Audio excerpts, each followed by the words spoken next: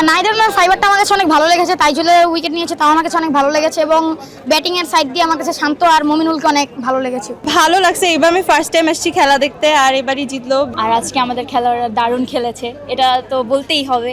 সবচেয়ে ভালো লেগেছে তার রিস্ক নেওয়াটা, যে 267 রানের ভিতরে সে একটা রিস্ক নিয়েছে যে আমি এখন যদি ডিক্লেয়ার করি তাহলে হয়তো বা ম্যাচটা বের করে আনতে পারবো। এই 5 দিন আসার পরে আমি সার্থক। আমি এত কষ্ট করে আসলাম প্রত্যেকদিন গুলশান এক থেকে। খুব এনজয় করছি লাস্টের দিকে, আর এটা আমার ফার্স্ট টাইম, তো বেশি এনজয় করছি। কামব্যাকটা নাহিদ রানাই করেছে, আর ম্যাচ জয়ের কারণ আমি বলবো নাহিদ রানা। দেশের মাঠে পাকিস্তানকে হারানো এটা অবশ্যই অনেক আনন্দদায়ক আমাদের জন্য। ইনশাল্লাহ দ্বিতীয় ম্যাচ সিলেটে পাকিস্তান হারবে এবং বাংলাদেশ জয় ছিনিয়ে নিয়ে আসবে। আর ক্যাপ্টেন শান্তর যে সাহসী একটা সিদ্ধান্ত, যার ফলে আমরা পঞ্চম দিনে এসে টেস্টটি জয়লাভ করতে পারি। আলহামদুলিল্লাহ আমরা জয়লাভ করি। পাকিস্তানকে মানে দেশের মাটিতে হারানো, টানা 3টা ম্যাচ টেস্ট ম্যাচ জিতছে পাকিস্তানের বিপক্ষে, কেমন লাগছে মাঠে বসে খেলা দেখতে? ভালো লাগছে, এবার আমি ফার্স্ট টাইম আসছি খেলা দেখতে, আর এবারই জিতলো। বিশেষ করে লাস্টের দিকের উইকেটগুলো বেশি ভালো ছিল, রানাজি লাস্টের 2টা উইকেট নিল, সব মিলে ভালো লাগছে। নাহিদ রানার ফাইবার টেস্ট ম্যাচে ফাইবার দেখতে কেমন লাগছে? 5 উইকেট পেয়েছে, ভালো। কেমন এনজয় করেছেন ম্যাচটা? খুব এনজয় করছি লাস্টের দিকে, আর এটা আমার ফার্স্ট টাইম, তো বেশি এনজয় করছি। পাকিস্তানকে এটা কড়া জবাব দেওয়া গেছে কিনা, কারণ পাকিস্তান কালকেও ওরা বলেছে যে বাংলাদেশ অনেকটা চ্যালেঞ্জ ছুড়ে দিয়েছে যে তারা সেফ ক্রিকেট খেলবে, তাদের দিকে চ্যালেঞ্জ ছুড়ে দিবে না। আগে বাংলাদেশ আগে মানে হারটা এড়িয়ে তারপর ওদিকে ব্যাটিং করতে দিবে। এই দিন শেষে বাংলাদেশ ম্যাচটা জিতেছে। হ্যাঁ, আর বাংলাদেশ অনেক ভালো কামব্যাক দিচ্ছে, এন্ড আই গেস সিরিজও জিতবে। কার খেলাটা সবচেয়ে বেশি ভালো লাগে? আসলে ওভাবে খেলা দেখি না, লাস্টের দিকে দেখছি তো। পাকিস্তানকে হারালেন নিজেদের মাটিতে, কেমন লেগেছে? জি ভাইয়া, আমরা তো 2024 তাদেরকে গিয়ে আমরা তাদেরকে হারিয়েছি, ওইটা আমাদের জন্য একটা হিস্ট্রি ছিল। দেন আবার 2026-এ আমরা তাদেরকে আমাদের মাঠে মিরপুরে আমরা ফার্স্ট টেস্টে আমরা তাদেরকে হারিয়েছি, অ্যান্ড সেকেন্ড টেস্ট হচ্ছে সিলেটে। আমরা এইটাও আমাদের আশা যে আমরা ওইটাও উইন করবো। অ্যান্ড বা এই টেস্টে প্রত্যেকটা দিন আমরা আসছি এই মাঠে, কালকে বৃষ্টিতে ভিজে আসছি, অ্যান্ড প্রথম দিন সেকেন্ড ডে প্রত্যেকটা দিন আসলাম। অ্যান্ড মানে আজকে মনে হচ্ছে কি যে এই 5 দিন আসার পরে আমি সার্থক। আমি এত কষ্ট করে আসলাম প্রত্যেকদিন গুলশান এক থেকে, এসে আবার গিয়েছি, মানে আমার কাছে এটা আজকে খুবই ভালো লাগছে। জি ভাই, আজকে যে গরম ছিল মাঠে, প্রচুর গরম ছিল, এই গরমে 147-150 বল করা এটাও খুবই টাফ ছিল। অ্যান্ড আজকে তিনি যেটা করেছেন, তিনি আমাদের ভক্তদের মন মানে অনেকটা করে দিয়েছেন। আমরা আজকের ম্যাচটা আমার কাছে অনেক ভালো লেগেছে মাঠে বসে দেখতে, গ্যালারিতে বসে। হ্যাঁ, নাইদারল্যান্ড ফাইবারটা আমার কাছে অনেক ভালো লেগেছে, তাই জন্য উইকেট নিয়েছে, তাও আমার কাছে অনেক ভালো লেগেছে। এবং ব্যাটিং এর সাইড দিয়ে আমার কাছে শান্ত আর মমিনুলকে অনেক ভালো লেগেছে। দেশের মাটিতে পাকিস্তানকে হারানোটা কতটা? যে প্রথমবার এই মিরপুরের মাটিতে পাকিস্তানকে হারিয়েছে, তা আমার দেখে অনেক ভালো লেগেছে টেস্ট ম্যাচে। দ্বিতীয় ম্যাচ সিলেটেও কিরকম মানে হারবে? ইনশাল্লাহ দ্বিতীয় ম্যাচ সিলেটে পাকিস্তান হারবে এবং বাংলাদেশ জয় ছিনিয়ে নিয়ে আসবে। কারণ ম্যাচটি ড্র হবে ভেবেছিলাম, কারণ হচ্ছে দেখেন 5 উইকেট যখন ছিল পাকিস্তানের, তখন কিন্তু অলমোস্ট আমাদের হাতে রয়েছে 50 মিনিট খুব সম্ভবত। 50 মিনিট থাকার পর আমি এক্সপেক্ট করতেছিলাম যে এই নাহিদ রানা কেন আসে না, তার স্পেলের মাত্র সে 5 ওভার বল করেছে, সে কেন আসে না, সারা দিন চলে গেল, মাত্র সে 5 ওভার করলো। এই টাইমে যে সে যেভাবে পেসটাকে জেনারেট করেছে, এটা আসলে অতুলনীয় ছিল। এবং কামব্যাকটা নাহিদ রানাই করেছে, আর ম্যাচ জয়ের কারণও আমি বলবো নাহিদ রানা। আমার কাছ থেকে মনে হয় নাহিদ রানাই ম্যান অফ দ্য ম্যাচ সম্ভবত হয়েছে, আমি যদিও এখনো জানি না। শান্তর ক্যাপ্টেন্সি নিয়ে আসলে ক্যাপ্টেন্সি ইনক্রেডিবল, ক্যাপ্টেন হিসাবে শান্ত। আমি একটু আগে রেটিং করেছি 7 আউট অফ 10, কারণ হচ্ছে নাজমুল হোসেন শান্ত অ্যাজ এ ব্যাটার সে খুব এই টেস্ট ম্যাচটিতে খুব ভালো খেলেছে। অ্যাজ এ ক্যাপ্টেন এই ম্যাচটিতে 10 অফ 10 আউট অফ 10। শান্ত আসলে যেই সকালের যে ডিসিশনটা ছিল যে পাকিস্তানকে আসলে ব্যাটিংটা দিয়ে দেয়া, ডিক্লেয়ার করা, এই ডিসিশনটাকে আসলে কি বোল্ড সিদ্ধান্ত হিসেবে দেখতে?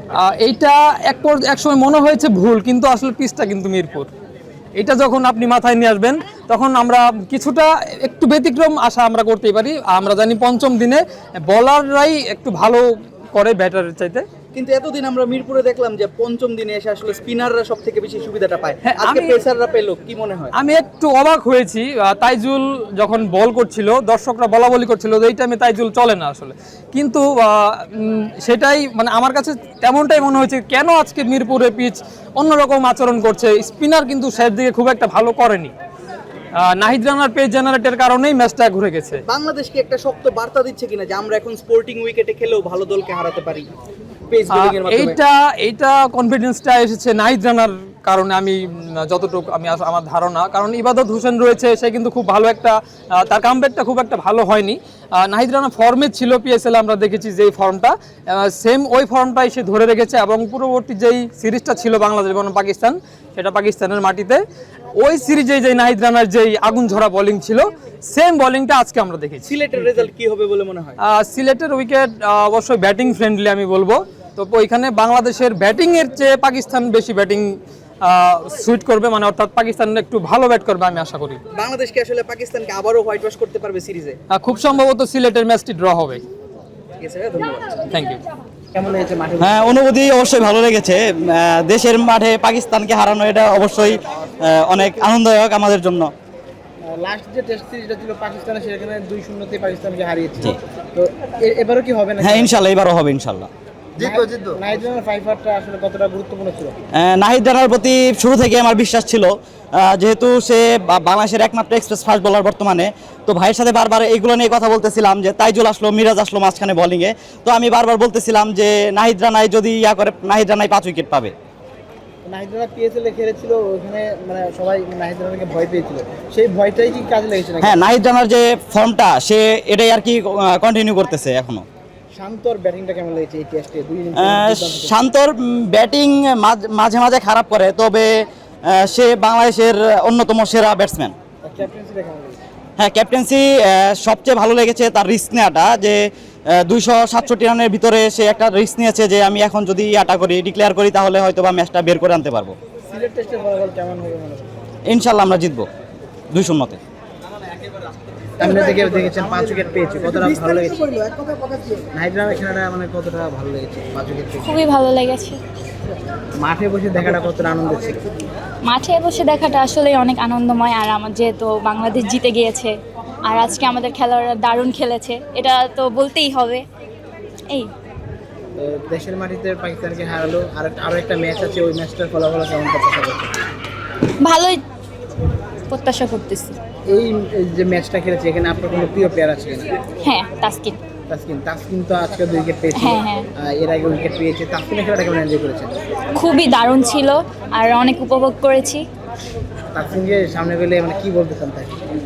তাকে কাছে পেলে, সামনে পেলে কিছুই বলার নেই, বলবো যে খুব ভালো খেলেছে, আপনার অনেক বড় ফ্যান আমি, ছোট থেকেই আপনার খেলা প্রচুর দেখা হয়, আপনার বোলিং সেই কখনো দেখা হয়েছে, কথা হয়েছে? না, কখনো সুযোগটা হয়ে ওঠে নাই, দূর থেকেই দেখা হয়েছে। নাজমুল শান্তর পারফরমেন্স আজকে কেমন লেগেছে? মানে এই টেস্টে সেটাও খুবই অসাধারণ ছিল। প্রথম ইনিংসে সেঞ্চুরি করেছে, এবং দ্বিতীয় ইনিংসে সে প্রায় সেঞ্চুরি কাছাকাছি একটা ইনিংস খেলেছে। আসলে আমার খেলা শেষ দিকে এসেছি, তো প্রথম দিকটা দেখা হয়নি, তো বলতে পারতেছি না। আজকে যে ইনিংসটা খেলেছে প্রায় মনে হয় সেঞ্চুরি কাছাকাছি একটা ইনিংস খেলেছে, মানে কতটা মানে ইম্প্যাক্টফুল ছিল ইনিংসটা তার? খুবই ভালো ছিল, আনন্দময় ছিল, এই এতটুকু ভাইয়া। আলহামদুলিল্লাহ, ওভারঅল আমরা জয়লাভ করেছি। মিরাজ ভাইয়ের 5 নাহিদ রানার 5, ক্যাপ্টেন শান্তর দুর্দান্ত একটি ইনিংস 100 রানের, দ্বিতীয় ইনিংসটি 87 রানের। আর ক্যাপ্টেন শান্তর যে সাহসী একটা সিদ্ধান্ত, যার ফলে আমরা পঞ্চম দিনে এসে টেস্টটি জয়লাভ করতে পারি। আলহামদুলিল্লাহ আমরা জয়লাভ করেছি। আশা করি সিলেট যে টেস্টটি রয়েছে সেটির মাধ্যমে সেটিতেও পাকিস্তান বধ করে সিরিজ জয়লাভ করবো ইনশাআল্লাহ। নাহিদ রানার বোলিং কেমন দেখছেন? নাহিদ রানা আমাদের উদীয়মান পেসার, উনি 140+ পেস দিয়ে থাকেন। আশা করি আজ ভালো বল করেছে, অবশ্যই আশা করি নাহিদ রানার সামনে আরো ভালো বল করবে। আচ্ছা, আজানাও বলেছিলেন যে আমি কে, সেটা নাহিদ রানা বুঝতে পেরেছে, এখন নাহিদ রানাকে সেটা পুরো পাকিস্তান বুঝতে পারবে। অবশ্যই নাহিদ রানাকে এখন থেকে পুরো পাকিস্তান অবশ্যই বুঝতে পেরেছে আজকেও। শান্তর যে 2টা ইনিংস খেলেছেন এই টেস্টে, দুর্দান্ত, প্রথম সেঞ্চুরি এবং দ্বিতীয় ইনিংসে সেঞ্চুরি কাছাকাছি, 2টা ইনিংসে এই টেস্ট ব্যাটাতে কতটা ইম্প্যাক্টফুল ছিল? দ্বিতীয় ইনিংসে ক্যাপ্টেন শান্ত দুর্দান্ত একটা ইনিংস খেলেছে। আমার একটা আক্ষেপের জায়গা রয়েই যায়, যদি ক্যাপ্টেন শান্ত এখানে একটি সেঞ্চুরি করতে পারতো অবশ্যই অ্যাজ এ সাপোর্টার হিসাবে ভালো লাগতো। আর ক্যাপ্টেন শান্ত 2টি ইনিংসই ভালো করেছে, যা দলের জন্য বেশ উপকারে এসেছে। তার লাস্ট ইনিংসে ডিক্লেয়ার দেওয়ার এই সিদ্ধান্তটাকে কিভাবে দেখেন? ক্যাপ্টেন হিসাবে এই সব সিদ্ধান্ত হচ্ছে খুব দুঃসাহসী সিদ্ধান্ত। ক্যাপ্টেন শান্ত এখানে দুঃসাহসের পরিচয় দিয়েছে, যার ফলে আমরা পঞ্চম দিনে এসে অল্প সময়ের মধ্যে ম্যাচটা আমাদের অনুকূলে এনে এবং জয়লাভ করতে পেরেছি। সিলেট টেস্টের ফলাফল কেমন হতে পারে? সিলেট টেস্টে আমরা আশাবাদী বাংলাদেশ পাকিস্তানকে বধ করবে এবং আমরা সিরিজটা জয়লাভ করবো ইনশাল্লাহ। অস্ট্রেলিয়া তাদের মূল টিম নিয়ে